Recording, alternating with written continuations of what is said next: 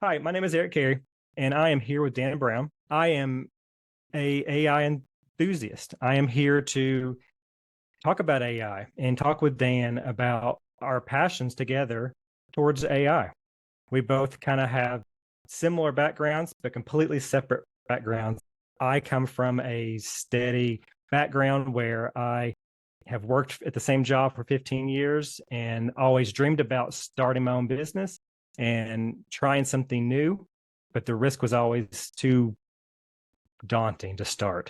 So I have always been looking for that right opportunity that would allow me to take a risk without taking too much of a leap.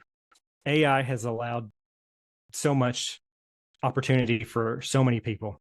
And I am definitely looking forward to talking to Dan and getting more about what AI tools are out there and what we can do to not only make our lives easier, better, but what it's going to do for the industry, what it's going to do for the world. And I really would like to see what Dan's going to talk about it. So I'm going to turn it over to Dan, let him talk about it, Yeah, introduce so himself. thanks, Eric. I'm Dan Brown. I'm an entrepreneur, and one of my most recent companies is Inquest AI, and it's a platform that helps you find AI tools that are relevant to you, and then more importantly, see how other people are using those tools in meaningful ways. One of the problems I see right now, but which is awesome, is that there's so many models and there's so many tools. And because I feel like we're going in the age of like the creator here, we're all going to be making all these AI tools. It's going to become like just overwhelming to find AI tools that are relevant to you. And then more importantly, like I said, to like figure out how to use them in the best way.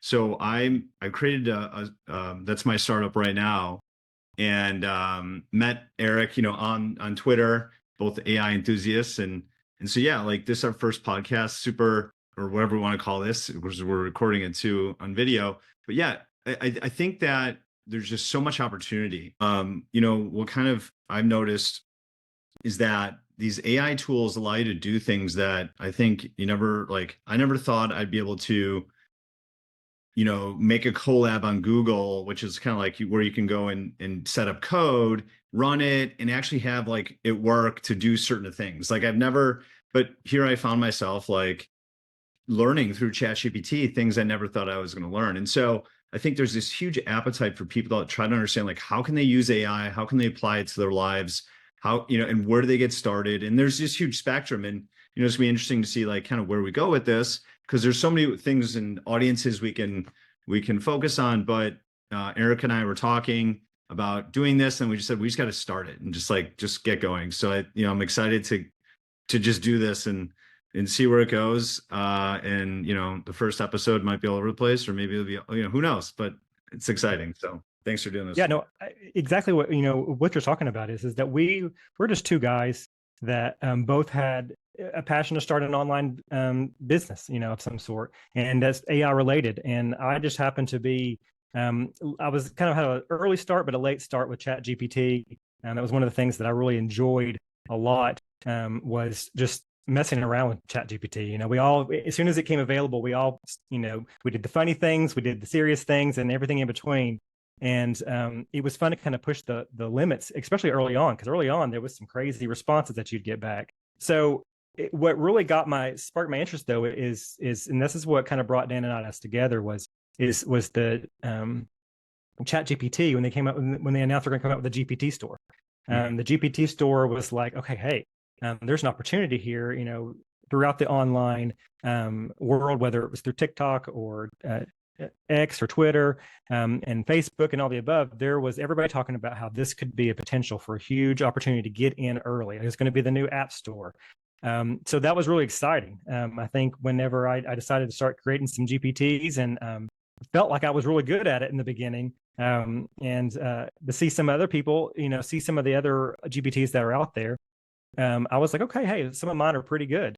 And I was like, well, I need to develop a website behind it so I can help market what I'm doing.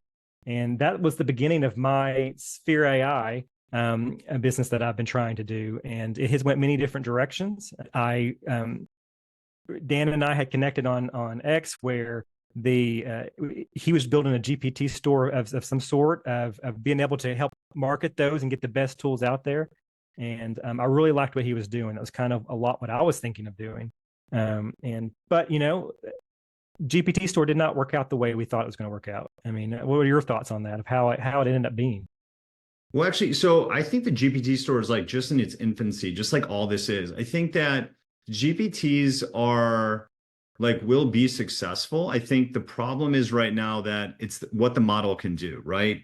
And so as the model gets better, so like, there's talks about GPT like 4.5 or 5 coming out, wherever they want to call it, in like midsummer or something. Like Sam Altman was on Lex Fridman the other day. I watched it, was interesting. And he basically said in the next few months they're gonna have another model come out. But they were talking about GPT-4 versus like GPT-5 or whatever.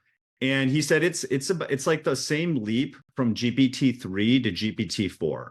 And GPT-3, most people have never used. Like I just started using ChatGPT 3.5. That's the one that came out in November 2022. And that was my first time using it. But I know that ChatGPT 3 was like far less than that, right? And so if you imagine a leap from that we saw, like the GPT-3 was like, you had to, from what I have read and everything, like you had to prompt it so much, like it wasn't just as good as, it is now. So I think what's going to happen is that like these GPTs are going to turn into like agents, that personalized agents. And because I think with GPT-5, we're going to get to agents. And anyway, long story short, I think that this is just like the infancy of it. And that these tools, as the model gets better, are then just going to inherently be better, right? So I think there's a lot of tools that you try to do with the GPT and it doesn't always work out right, that will instantly, when you use the better model with it, like work out right. And so I think that, we're just in the infancy of it. Like, who knows what will happen? Also you can have like GPT-5 come out and making the agents, the GPTs not that that useful. So we'll see. I have no idea. All part of this new. But I do know that there are going to be a lot of tools, and for what I'm working on, like you can import your GPTs from ChatGPT. You can create them on Hugging Face. There's basically, like, they call them Hugging Face assistants, but they're like GPTs. Microsoft's creating copilots. Same thing. It's a GPT. And so for us, it's all about bringing in all the different models, because I believe that we're going to have a world where you're going to use different models, tools from different models, and chain them together in workflows. And so you might use ChatGPT for one thing, or a GPT from ChatGPT for a custom GPT for one part of your workflow, but then you might use an open source model from Hugging Face, maybe to create an image, because images, like if you try to create an image of any type of person on OpenAI, it doesn't let you. It's like, oh, sorry, we can't do that. But if you use Stable Diffusion or or like that, or from Stability AI, like they will create it. Midjourney will create it. And so that's what I think we're going to start to see is once people get past like, oh my gosh, this thing's amazing, it can create these great texts and create images, they're going to be like, wait, but what? But doesn't always allow them to have like the full creative process, because they'll say, hey, sorry, as an AI assistant, I can't do that. And that gets really old really fast. Mm-hmm. So yeah, that's kind of what Inquest AI is like. The idea is that we have a hub where you can find AI tools from all different models, and you see how they work through shared conversations that are uploaded. And obviously a shared conversation is between a person, a conversation between a person and AI. And you can share these via, their links, like Google Doc links. When you click on it, you can see the whole conversation. Right. On our site, we have about 50,000 shared conversations and a bunch of GPTs, copilots, and Hugging Face assistants. And I believe that at all of these these models are going to have more like I said, more GPTs coming out if they don't already have it.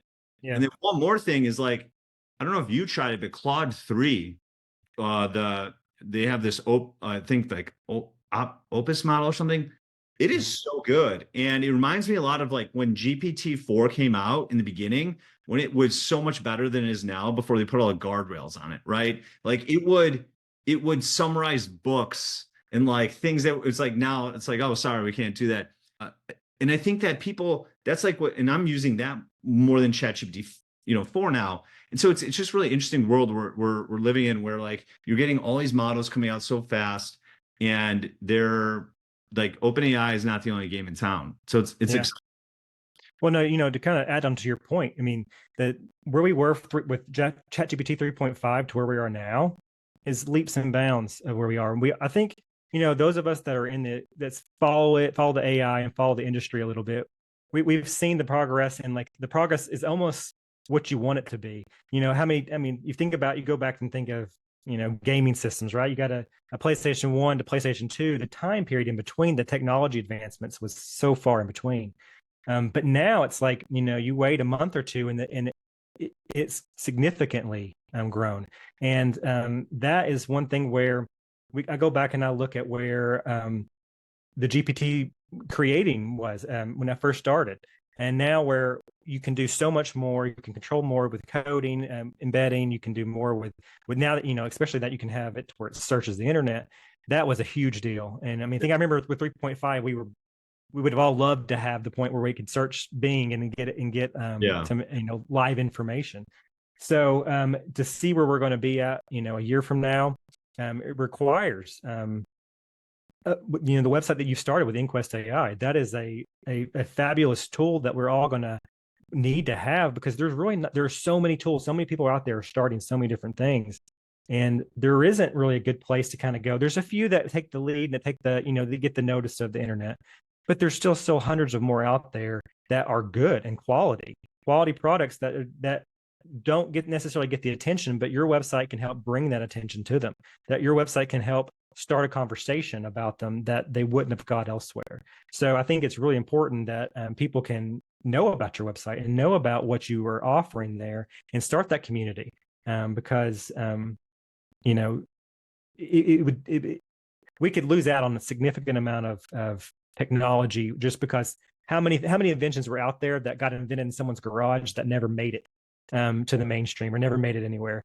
And so I really like what you're doing with that. Yeah, no, I appreciate it. Yeah, I mean, I think that, whether it's us or someone else, like something like this will be successful, because it's like when you go on YouTube, I might, like, let's say your vacuum broke, right? And you're like, how do I fix this? I don't know how to fix vacuums. You go online, you search on YouTube, and you're like, surely someone has already done this before. So you kind of describe the problem, and then sure enough, you find some person who, just did it for fun. They just, and then now and it may have 30 views, Yeah. it works. But it saved me from throwing out my vacuum, because the cost to fix it is not, it would be more than buying a new one. Right. Right. So like, that's how I see with like on our site, is that you could search for a task that you want to do with AI. And then we can show you people's conversations that did that task. And then when we summarize it using AI. So it's like the idea of like trying to help you see how other people achieve that task before you do that. And maybe you don't need that, but like there's the content creators on YouTube, and then there's also the rest of the people that just, are like, hey, I need to learn how to do this. And so there's, I think we're all, we've gone down this rabbit hole a lot, or the AI enthusiasts, whereas there's a lot of people who are, feel intimidated by it, even though it's like a super easy thing to use. But there are tips and tricks. There are little hacks that you learn over time that can make you be like, wow, I had an amazing experience, versus someone who like they didn't have the mindset or the realization of like, I can push it to do like X, Y, Z. And if they don't know that until they do know it, sometimes they can actually leave after using one, ChatGPT, thinking, oh, this doesn't work. It's no good. Yeah. Right. And so it's so interesting, because the output is only as good as like the way that you have your input, right? If you have, it's like garbage in, garbage out, but like a really good input that's very, kind of specific to what you want. And then iterating, right, on not just like one prompt in. There's so many people who like, you ask them about it, they're like, yeah, it's not that impressive. And like you kind of like ask them how they use it, and it's like they just ask it one thing and that's it. It's like, no, this isn't Google. You have to reiterate, refine, get it, like push it, so it's just so interesting. It's like we're so early in this and that's where we're at now, is that there's so many people in this world that don't know how to use it. And with Copilot, obviously Copilot's going to take off quite a bit with Microsoft's backing of it, and they, with it built in with Windows. But there are so many people. I know there's a lot of, like, locally there's tech companies out there that are doing seminars where they're teaching people how to use Copilot, and which is great. That's a great tool, and the more people who's going to use it, the more the industry is going to take off. But like you said, it's not Google; it's intuitive, and you learning how to prompt it right and learning how to word things right is key. Now, I think that it will get better. I think as time goes on and the language learning model gets better of knowing what people maybe are meaning, because it already has significantly got better. Oh yeah, yeah. But there's also times too when you put in something and it gives you something wild. But yesterday it gave you a really good input. So and a lot of it's just like saying, just pushing it. Yeah. It says no, can't do it. Be like, yeah, pretend you can, and all of a sudden it can't. Like it's so weird. And that's what so blows my mind about this is like how is this like we're having these almost real human-like conversations with these things. Their semantic understanding is so good. It's insane. It's absolutely insane to me. This is even possible. Like if someone told me a few years ago that we would be able to like have these types of chatbots that can do this, I would be like, and I like to be kind of like this bold prediction type person. Yeah. Like, no way. That's crazy. I mean, right. And yeah, so it's well, I promise you, there was probably only less than 1,000 people worldwide that would have could even try to predict this, something like this, because even the smartest of the most intelligent people would have called them crazy too, right? Sure, okay. Yeah, that's not going to happen. AI, right? So the fact that in now seeing what we're seeing now with the evolution of it going into robots, right? Seeing what Tesla's doing with theirs and all these different what BMW's doing. Yeah. Think about it. When we were younger, having a watch and being able to have a conversation on your watch was wildly so far futuristic. And now not only do we have watches that we can talk into, that's like old technology. So to see that we actually have like what Jane Jetson, right? That is a possible thing in the next 5-10 years of having a butler in your house that can help you. Yeah. It's amazing to see how fast this went. You bring up something interesting here. We talk about like robots.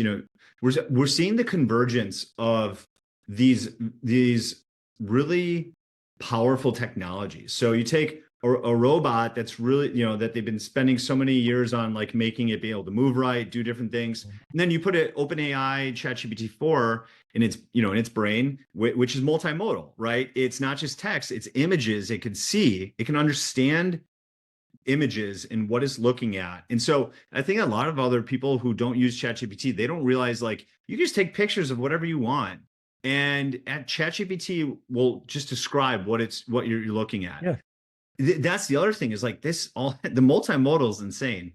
And so you have robotics, and then all of a sudden now you add that with ChatGPT 4, and now it's almost like it can reason, it can see, it knows what it's looking at. And then you look at like drones. You can buy a drone really cheaply that's got a camera on it. You can take a picture of your house. Roof inspector can now take pictures they don't have to get the ladder out. They can go up, have their drone take pictures. It then can put this into a pipeline if they wanted to, if this is all they're doing, which then would assess the damage, which then can create a report based upon reports that this person's already created. So it can say, hey, here's some example reports, now create a report. And basically create this pipeline, this workflow that someone could do, 20 times as many roof inspections, right? And at the end, they can still review the whole report, but it does it for them. And so without using a ladder. And if you take that, and that's just a basic example, but like you're putting these technologies together and, it's unbelievable. Yeah. So I mean, that's a very good point. I think that's a really good leadway into talking about how AI is going to affect industries. And there's so many, if I was to put my money on what industry it's going to affect the most, I would say the medical industry. I think medical is going to have the most impact from AI when it comes to diagnosis with machinery and how surgeries are done and everything in between. But there's a lot of other industries too, like you said. I can right now, I can go into my living room and take a picture of my living room, upload it to ChatGPT in a conversation, and say, what is a better way to design this room with a 70s, style, and Yeah. it will generate exactly what you based off of your room, and it'll even generate a photo. Yeah. And it is amazing to see what it can do with the designing industry, what it could do with the medical. Education is the next second biggest thing. That Oh, education is going to education be is huge. it's going to Yeah. completely rewrite everything. Education, I think, will be amazing. I mean, here's the thing. So this is a general purpose technology. It's like electricity. If you ask someone like, "Hey, what's electricity going to be good for?" Right when like electricity came out, like it's like it's in everything, right? And so this is a general purpose technology, and it's like connective tissue in sense that it allows different like data that used to be siloed over here to talk to other data that used to be siloed over here. And essentially, you can talk to data, right? You can talk, you can say, hey, I just want to talk to this book right now. I want to talk, like, you don't even have to read, like, you could say, hey, here are 5 of my favorite business books. I'm an entrepreneur. I'm working on this business problem. I want you to use these 5 business books and embody them. And then I want you to have each of the, like, I'm going to give you context of the problem I have. And then I want you to answer and give me the answer from each of those authors, right? And it's like with enough context windows, when the context window mean tokens, which basically means the short-term memory, like how much memory these things have. As that gets bigger, what you can do is amazing. I mean, Yeah. it's I just got access to Gemini 1.5, which has a million token, so a million word context window, and you can actually upload a video. In one of the demos, you upload a 2-hour long video, and you say, at what point did you can say, it's at some point someone pulls out a piece of paper out of their pocket. At what point did that happen, and what does it say? And it takes like a minute. It takes a long time to respond, but it will tell you, oh, at like 45 minutes and 10 seconds, this person pulls out a piece of paper, and this is what it says, and it's insane. Yeah. So you can talk to not just books and text. You can talk to like, you can say, hey, at minute 30, what cars between minute 30 and 35, what cars passed on my street or something, like, and what Yeah. color? It's like, and what this is insane. Like, Yeah. I still can't get past that this is actually possible, and it's relatively cheap. When you look at the API costs, one could say, wow, it's super expensive. Yeah, but the value for what you're getting is like insanely cheap. Yeah. Yeah. I mean, in on top of that, the fact that like you said, that you can have a video and it takes 1 minute. Well, it's just I'm going to use a video game references before. I remember trying to download an update for an Xbox, game, and that took for 1 gig, that took hour, 2 hours, and now you can have 49 gigs downloaded in less than 2 or 3 minutes. Exactly. And that's kind of slow compared to some. Yeah. So that 1 minute's going to get that much faster this time of year. Yeah. And like you said, so the pricing of it is cheap. And not only, one of the things too, based on you saying it's cheap, is obviously, businesses are going to want to invest in this. If they're going to invest in this, what is the first thing that people say? I know, and a lot of my videos that I have shared, I try to, through Sphere AI, I try to share like, trendy and up-to-date news with AI. And it's funny because the most common comment is about how it's going to take jobs. And yes, I mean, it is going to replace jobs. But one of my first things I always go back to is like when the horse and buggy was around, it was honestly in the news that when the automobile was starting to come around, is how many horse and buggy businesses it was going to put out of business. And yes, it put them out, but it also created so many other jobs. And you go all the way forward to the internet, and the internet was going to take away all these brick and mortar stores away and take the business away. E-commerce is going to take it away, and it did. But it also created so much more. It created AI and created all this, possibilities. Yeah. The fact that you and I are even connecting and having a conversation right now, it wouldn't have happened. Like this thing wouldn't have happened if it wasn't for the world that we're in right now with the internet and AI and all the above. And to me, for those who are fearful of AI, I would really just look at you and say, yeah, it's going to change the industry. And it's going to change the industry very quickly, very fast. And businesses will adopt because it's cheaper. But it's also going to open up so many more opportunities and so many other things. And in the end, what do? We work to live, not live to work. And so who doesn't want a more automated thing where maybe we can choose. If I can choose to help use ChatGPT to write an email for me or to write a paper or whatever that would normally take me 3 hours to do, that I can do in now 15 minutes. That's how much more time I can relax or do whatever I want else to do. Yeah. So Yeah, no, it's it's going to open up a super lot of opportunity. interesting. Super interesting. I mean, it's like, so I think mass personalization. So I think that, right now, if you think, okay, all the clothes we get, it's not uncommon for you to like go somewhere and see someone wearing the same shirt as you, right? Yeah, Because there's not that many stores when you really think about it. yeah, And, we that's how we get like the cost of goods down, right? You just huge volumes. And I think that what's really exciting is that we can have low cost, mass personalized products and services. And I think this gets back to like the education part too, is that personalized learning is huge. Where, you hear teachers all the time talk about like they don't have enough resources. Here is a great way to give personalized learning where you meet the student, where they kind of like making learning more fun, making it more so it's like it's not everyone learns the same, right? right. And Yeah, so but and on top of that, yeah, like you were mentioning, things will, obviously like jobs are going to change quite a bit, I think, and very quickly. Like I kind of think that this is, what's happening in generative AI right now is almost like the impact of the internet times the impact of the personal computer, and then times 10 and how yeah, fast it's going to happen. yeah, But so I do believe that like learning tooling and reskilling, everyone's going to have to do that, right? yeah, And so I think, you know in the process of doing that, AI is going to actually help yeah. people do that. And then just learning how to use these tools is just going to make people more efficient and able to do different things. So but it is going to be it's going to be interesting. It's like so hard to tell like how it's going to work. I think it might be kind of, scary, like a little bit, because I think it can happen very quickly. My biggest fear though is that we just have a few companies that own this technology. I think that's when we really have an issue.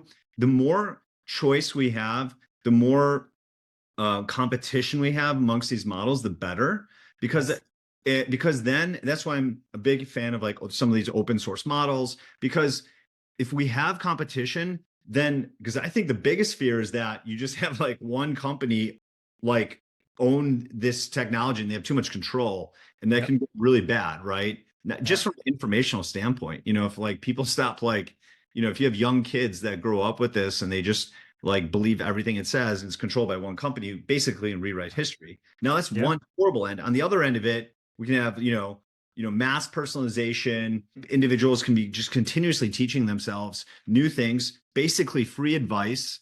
You basically are creating like intelligence as a service that things where, I've always been curious going down different rabbit holes, like learning a bunch on YouTube and stuff. And there's times when I'm like, oh, I really need to talk to an expert about this. And all of a sudden it's like, wow, we have like these large language models where you can get like interesting advice, or, and it's not always right, but man, it's such a good deal. So it's Yeah. like there's good and bad, just like anything, the internet's good and bad. There's really bad websites. Every technology has good and Yes. bad. To your point, I mean, that makes like you said, everything does have it's a double-edged sword. I don't care what technology, if it's going to be used for the masses, but like you said, like the internet, it has bad things. There's a lot of people, with fraudsters and a lot of just bad things can happen on the internet.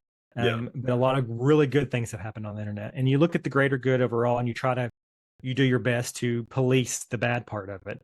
And I think AI will be the same way. Obviously the fear is going to be, will AI have a mind of its own, and will AI be able to trick humans, and will AI be, and I think that's a legitimate thing to think about. And I'm glad that the people who are out there in a position to raise an alarm have.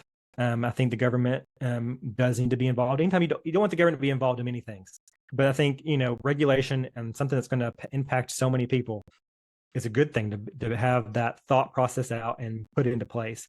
Because like you said, what's scary is that there's a handful of people who have access to this. And what's really scary is that there's people who have access to this that does not have a throttle on it, right? Because there are people who are out there who are the ones who are putting the throttle on what kind of responses it gives to you. So what does it look like to the people who have access to it fully open with no filter to it, So that's interesting part I like to think about from time. Yeah, I mean, like I go back and forth on this. Like there are a lot of laws already in place where you're not allowed. So like even though AI exists, like these new capabilities that we have through generative AI are here, there's still existing laws. Like you still can't, And so what I'm afraid is like what they call regulatory capture, right? You get like, a few of these companies get ahead, and then all of a sudden they put these barriers up where it's like it's so expensive to do something, but they have all the money, or I should say they have the most funding. And so, it's a great example of like a regulatory capture where the moat that they create is all these laws that make it so like if you want to do anything in their realm, it costs like hundreds of thousands, if not millions of dollars of just like legal fees to just like and compliance fees. So, I think that, but at the same time, like, yeah, we got to be, careful that because these can create deep fakes and do a lot of these different things, but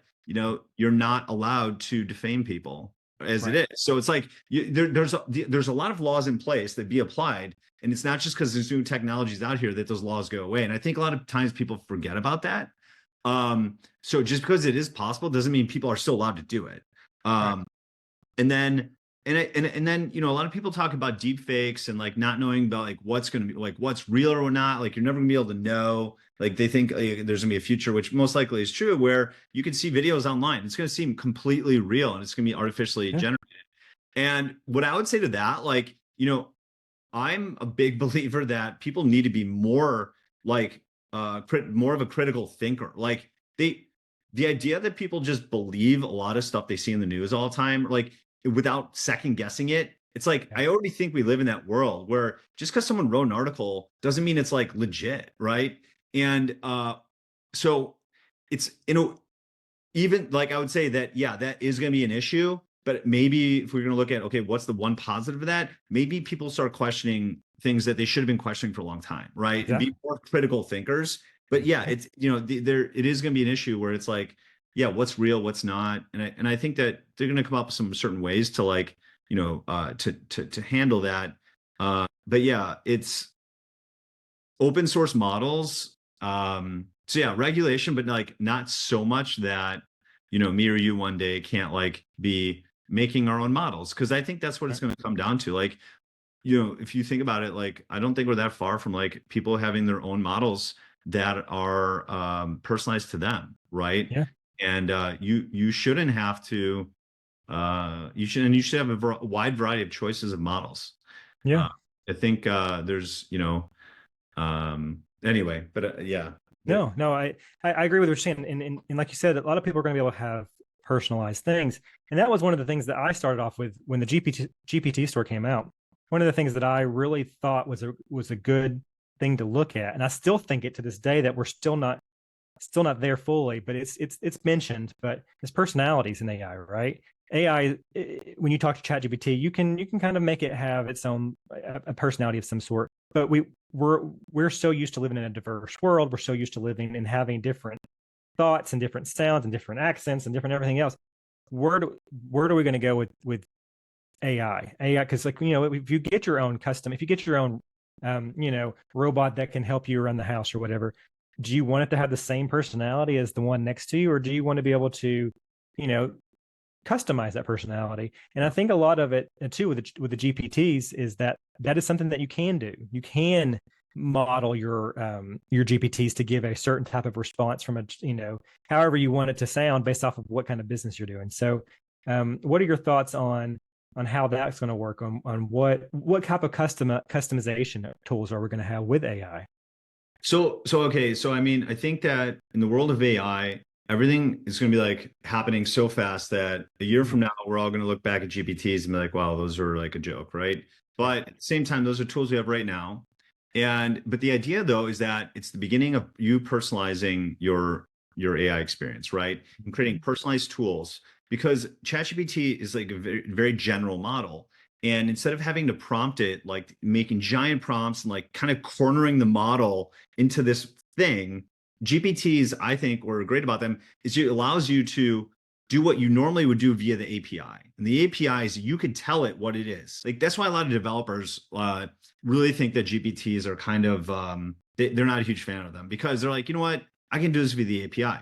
But what it's great about GPTs is that not everyone is using the API, right? Like that's what I love about this. I want the tools to be able to pick up for anybody, like Yep. everyday people picking up these tools. And so that's great that you can now change something to make the GPT personalized, a personalized tool for you. And so this to me is just the beginning. And like I said, as the models get better, the GPTs are going to listen better to their instructions, right? To the instructions you give it.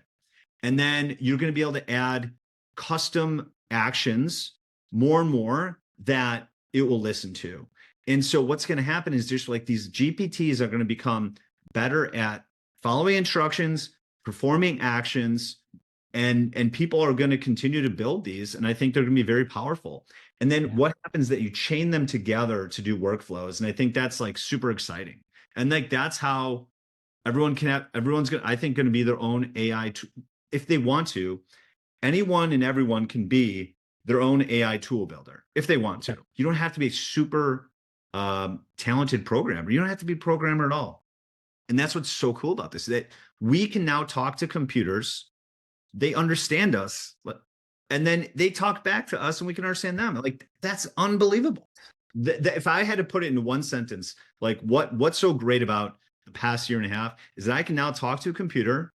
It can understand me in my normal, in my language, and then it could talk back to me in my Right. language. And it's like, wow, okay, cool, Well, yeah, and not only does it understand you, it understands your intent. So even if you don't word it correctly, it does a pretty yeah, good job at understanding what you meant by what you're talking about. And yeah. that's what's crazy for me. And you can give it a prompt, and within the same conversation, I know they're doing good with memory. But how many times later you can say, okay, I need to do the same thing with this, and it will remember what you talked about way before in the instructions, and it spits it out perfectly. And It's so it's mind blowing that it even and all the things that it understands. Like it. So okay, so like for anyone who doesn't understand this, like basically what's happened in the past like year and a half, 2 years is like they've scraped like the whole internet and all the videos and everything, and they put that into this training data. And at the same time, we got to this point where there was enough computing power that like we reached this weird threshold where you have enough data and enough computing power that you can train these amazing models. And it's like all of a sudden they have what they call emergent capabilities. And these emergent capabilities is that like they now do what we see that they do. And what I found, like when I heard about this, when I was like, wait, they don't understand exactly why sometimes these models do what they do. I mean, in terms of like the giant leaps of their abilities and capabilities, I was blown away. yeah. Like there's a 60 Minutes where they're um, interviewing the Google CEO, Sundar, and he's like, yeah, they're basically like a black box. We know how to train them, but we don't necessarily know like why they can output exactly what they output. They like meaning they know, for example, like if you train it, you can train it to give pretty good outputs. But the point is that like this neural network they've created is similar to like it's and then people always come back to the fact is, well, we also don't understand how our brains work. And it's like, wow, like, how, like, it's, so what's also exciting about this is that we're messing around with technology that's so much in its infancy that like, I feel as though you don't have to be an AI person that's studied AI your whole life to actually add a really meaningful thing to this field. And in fact, people that don't understand a lot and have a lot of history of how this works might come with such fresh ideas and fresh perspectives that they probably in my mind most likely will add so much value in thinking about, oh hey, we should use this generative AI in these different ways. Like it's just such a open field for innovation, and Yeah. it's like easy to use, easy to understand. The exciting thing How to about it all utilize, is how to utilize it, but it's yeah, also kind of a black box where people don't know how it works. Meaning, meaning we're just getting started, right? yeah. And that's what's exciting about it. What a time to be alive right now is to be a time, to be a part of. Not only do we see the invention that of the internet, right? But we're seeing AI and seeing how fast it's moving, and and that's what, and I don't know about you, but that excites me. It excites me when you talk about like, we don't know how it works, but we know it works. And Yeah. like you said, that's, I mean, you could put, 10 humans in a box and then try to diagnose each person with how their brain works and how they think. And you wouldn't, because there's so much that, how they were raised, where they were born, and like what the influences they had. There's Yeah. so much that goes into it. And on top of just natural, just normal oddity to it. So, and it's cool to think that AI is the same way. The AI is you, because you can ask it the same question multiple times and you'll get a different answer. It may vary a little bit, and that's what I love about it. But it's like in the same realm. So it's like Yeah. it's showing consistency. Like, and so like, yeah, I don't want to make it seem like they don't know how, like they know that it just can consistently do things right. And one of the examples that they gave was like, okay, they didn't teach, they never trained a model on like Bangladesh, okay? But it had enough prompts and it was given enough stuff over time about like Bangladesh that all of a sudden it learned all of Bangladesh. And so that's what it's like, it meaning they didn't even try to teach it that, but then somehow it figured it out because it had enough data within the training data.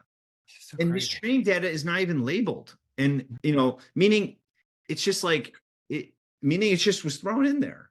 Yeah. Like, I love it. and I I could mean, be like I wrong really, about some of these tiny little details, but the point is like that's an example of emergent property where like that's how fast it's happening. That you throw enough compute at it, enough like computers and enough data that it's like doing and that it's doing things they weren't even expecting.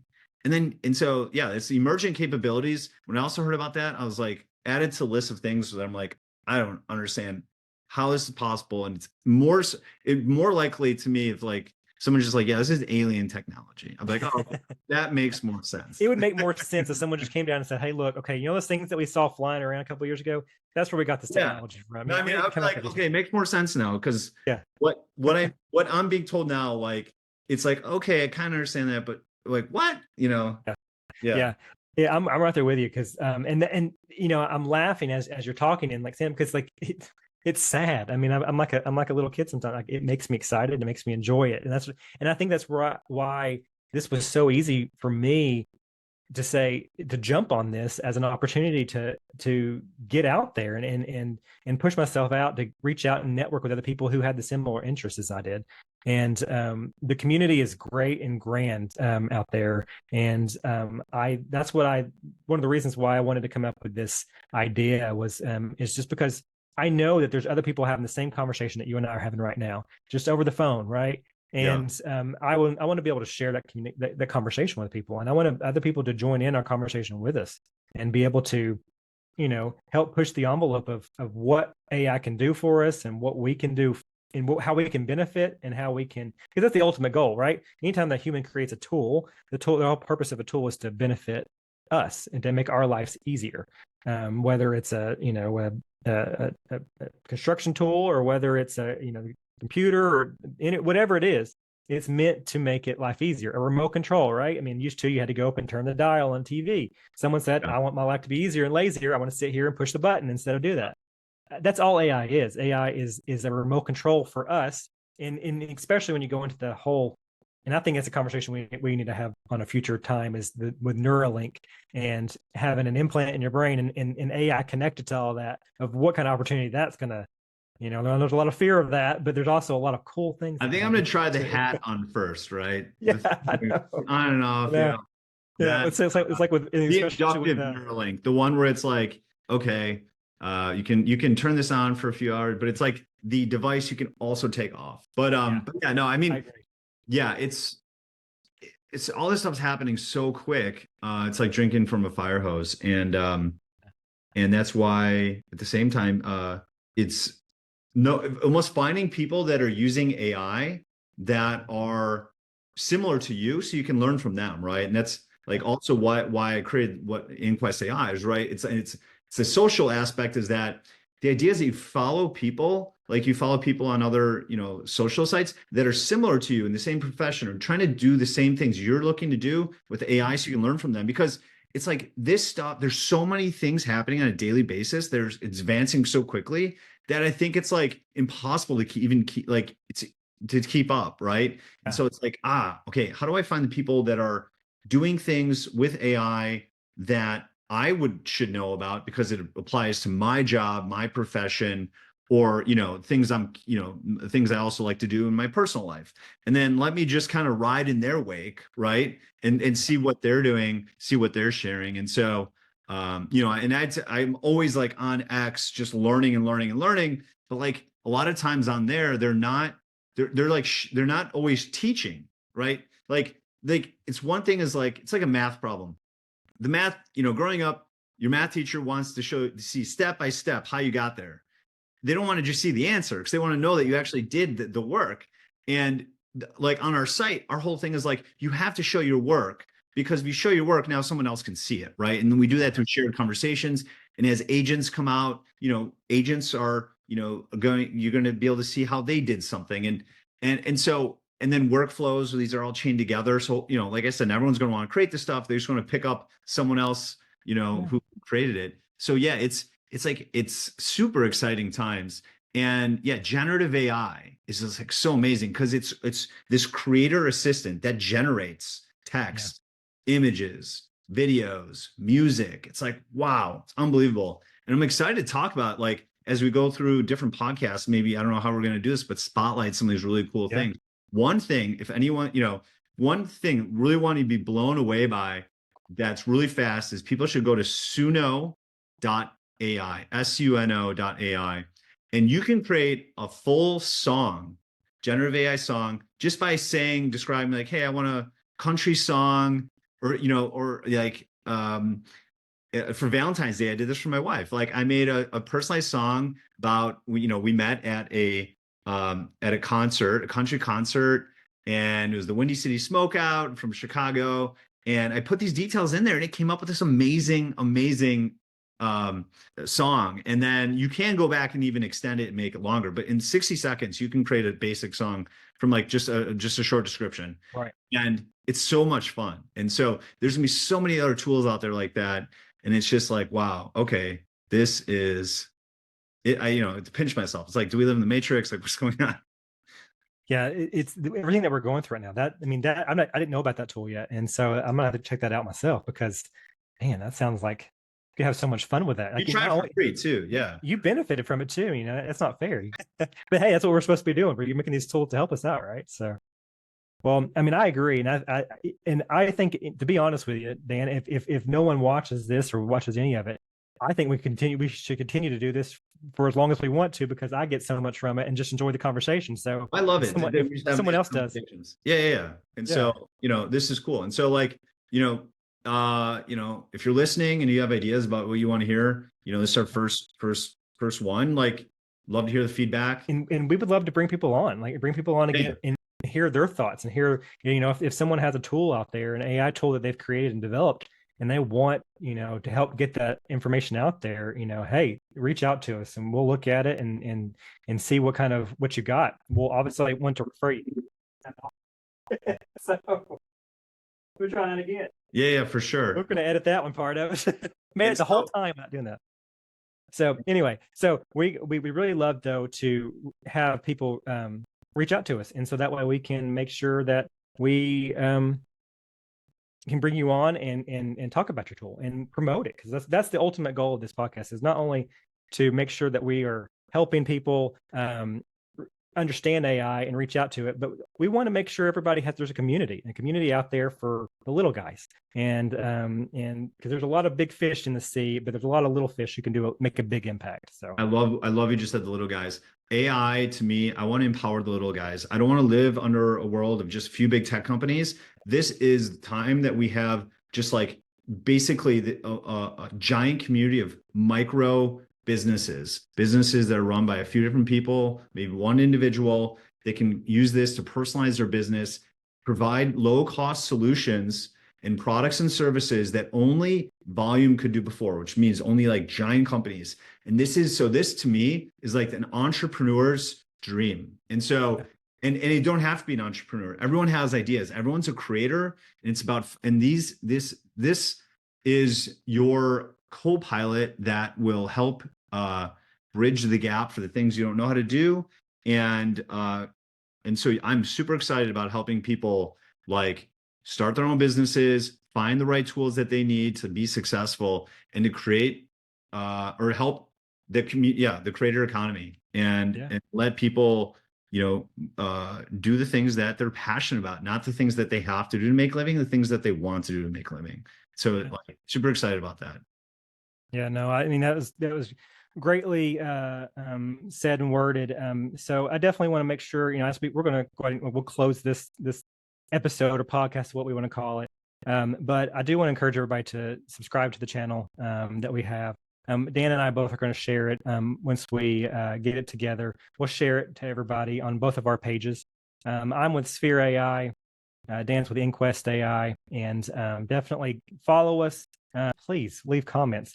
Tell us what you thought, what you think, good or bad. And we don't expect this to be the best podcast ever because it's our first go at it, but we are definitely it's the substance, not the quality in this case, because we know that this is something that we're both passionate about, and we know there's a lot of people out there who are just as passionate.